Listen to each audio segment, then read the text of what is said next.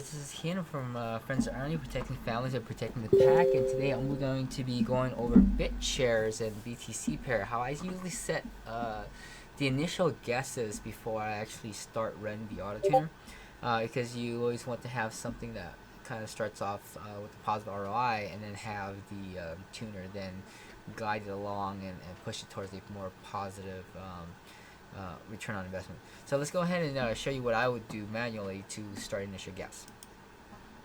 Alright, so I'll just kind of set this up right now. This is your default settings. And I'm just going to go ahead and just kind of put everything to 0. The minimum buy to sell, this allows it to get in and out pretty freely, and not putting a stop loss, so that it just lets the Bollinger Bands get in and get out too, with all the other parameters. Alright, so I normally just take these two off. Require full candle close, allow mid sell, so it'll kind of trade more throughout, but I think it kind of does increase the fees a little bit with this. But if you notice that it's not trading enough, you might want to take this on. And then reset middle. I'm not sure what that does yet, but I just leave it on.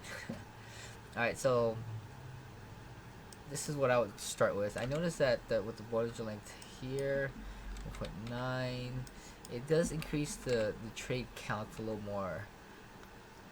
So the higher the number, the more reluctant it is to buy. The lower the number, the more likely it's gonna buy.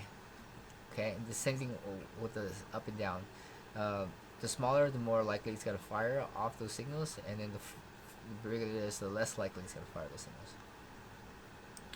And the length, I'll just put a 5 to give it a little more volatility. And then buy level, I usually put it around like close to 40. And then sell level around 65 to 70. I'll just go ahead and use 70 for now. And then like the symbol, I use 5. Okay, and now this could vary too, just depending if you're not getting buy and sell signals. These are pretty strong buying and selling indicators. Then you could then lower that a little bit to increase the sell. So it has to cross the RSI lines in order for the sell signals to fire. So let's go and do the initial back test and see what we get, and I'll adjust it from there really if I need to. Okay. Alright, let's hit it again. I think it has to load, and hit it one more time. Alright, so we got a little bit of 2%. So that's good enough. And so you see the frequency trades, maybe about 2 to 4. It might be a little too frequent. It looks like the fees might be a little too high on this one, so we might be able to lower it later on. I'm not sure what we can do to lower it. So let's look at the analyzer real quick, and let's put it over to the 1 hour, see what it's actually doing. And what I actually look for now is just where it buys low, sells high. That's really it. Buy low, sell high, buy low, sell high, buy low, sell high. And that's all I'm really care about. I don't really look too much at ROI anymore. I just want to maximize the trade for consistency, and then allow it to lose, but not lose in the long run.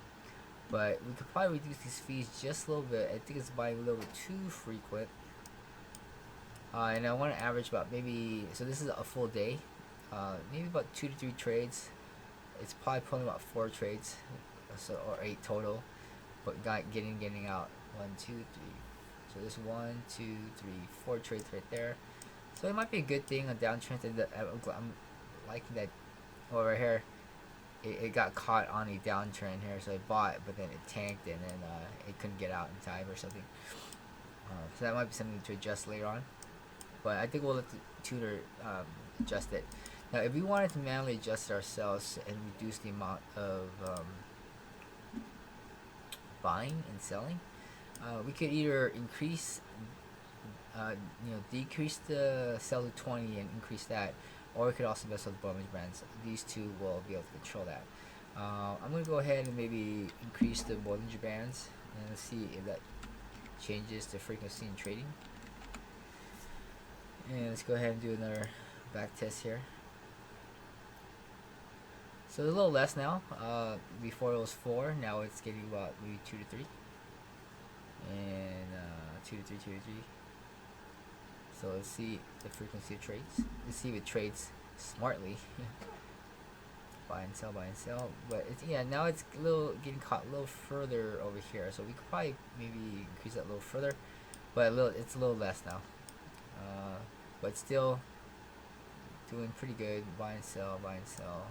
Just a couple of small spots, but there's small little losses here, and that is good for me. So my focus now lately hasn't been like, because you tune for the best ROI, but I mean, if you think about it, if you tune it to the very best, most likely it's not going to catch it, nor will it fill your trades completely. So ideally, you want to kind of be a little bit in the middle, so that it starts to sell and fills on its way up. This is maybe a little too high, maybe a little, like something that, like this would be more ideal. So it has a little bit of room to fill on its way up. Okay, especially when you have bigger trade amounts. Okay, so we have a thing now in our tuner when we run it to maximize for trades, then the ROI, and then maximize for trades only. So it just looks at the trades only. It doesn't care if it's if the ROI gets reduced. It just wants to maximize the trades, and then kind of keep our trading happening more frequently. And then we'll use a tuner later on to then further. So I'll probably do maximize trades only, and then maximize trades. Actually, I've been doing maximize trades and ROI lately, and then forward testing it from that point on. So now I can then run it. So let me show you a demonstration of it right now. I'm doing this for Steam, where it's just kind of running through. I think it's doing maximize trades and ROI with settings only, and the safety's disabled, so it doesn't mess with the minimum buy in, buy out. And we just go in and sweep it out just to find settings that work out. Okay, so there it is. Other cool things is that it'll look at the view trades. Let's say your last trade was like, right now it's like March 28th. Let's say it was March 24th. Well, it'll detect and know the number of days it's held the bag, and so we have an option here to kind of, because it doesn't register for you. It might seem like it's a great ROI when you backtest, but then you look at it, the last trade was a buy, and it was like a week ago.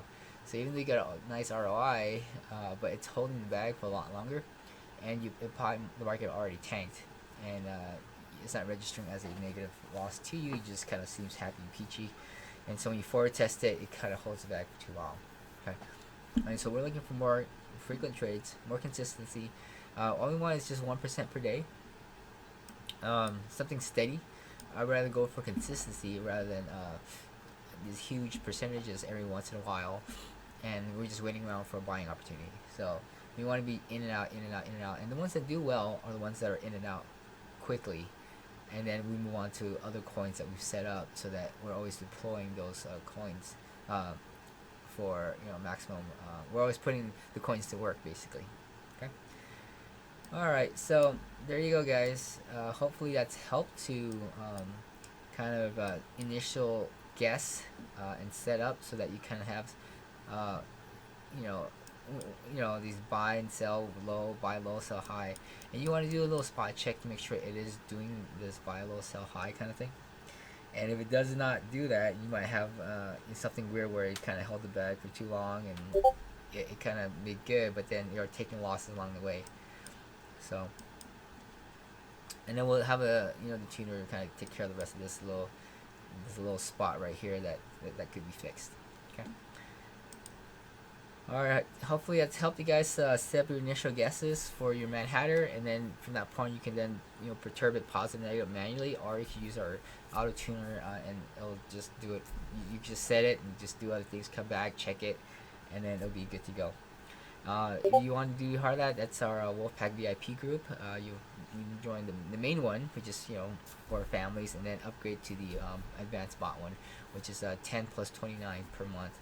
So total of 39 a month for that, and you'll be able to get access to that. Any other feature requests that you want to that you need, let me know. I'll add it to it, and that's pretty much it. I do want to add that section for the initial guesses, so that's still in the works, so that you don't have to worry about manually guessing, it'll sweep through a bunch of variable, a list of variables that we normally would guess on, and then that way it just runs automatically. So this is a setup, a precursor, so that we can then set up all the coins, initial guess it all the way, and it's already pre-done, and then tune, and then we can have all the coins created automatically, post it to a central database where then all the bots can then share, collectively work together on databases, and then pull data out of it as needed and constantly update it as the market changes all the time. I noticed that all these settings is great, but they expire within a few, maybe a week, or maybe after a week. It's outdated again. You have to kind of retune it over and over. It's kind of quite a bit of maintenance. So this is in hopes to keep that, in a sense, automated, so that we keep our settings tuned on a regular basis, maybe every 3 or 4 days. When monitor, we check it collectively with all the bots that's working all over the world, that are with other users that are using it, and then as it also does that, keeps it tuned to have some other cool tools like monitoring the trades if it's starting to do well, switch it from a simulated account to a live account, and then double down on it per trade, increasing the position every single time, so that when market conditions are favorable, you want to increase your bets, right? Not just keep the consistent bet, constant all the time. And then when we detect losses, start to retract on those trade positions, and move back to a simulated account, and then retune it again. So I think that's the end all of where I want to take this. And then there'll be other cool other maintenance kind of stuff, and maybe just little simple tools of maintenance of bulk editing, switching all your bots to simulated accounts, and maybe adjusting the trade position so that it kind of balances accordingly. If you want to have 10% of your portfolio on all your bot trade amounts, keep adjusting trade amounts, small things like that. Alright guys, have a good one, and talk to you later.